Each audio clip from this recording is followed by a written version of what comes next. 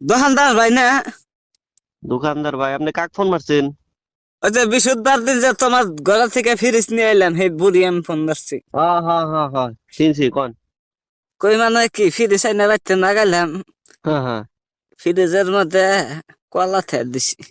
আচ্ছা। কলা থিয়া ঘুমাইছি রে হানা, ওইটা দিছি যে কলা কালা হয়ে গেছে গা, গুইলা গেছে গা, কেবা হয়েছে কা। ফ্রিজের মধ্যে আপনি কলা থা দিয়েছেন কে? কলা ফ্রিজের মধ্যে রাখলে তো ওইরকমই হবো। কেন ফ্রিজ ঠিক করে যাবো না?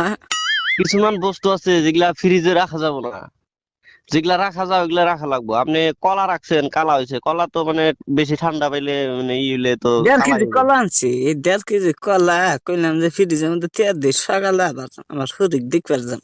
তা কলা নষ্ট হয়ে গেল, গাতে পয়সাও নাই। আবার এই যে যাওয়া যাইতে হম হম। বিস্কুট খেয়ে দিছি। আচ্ছা। এই বিস্কুট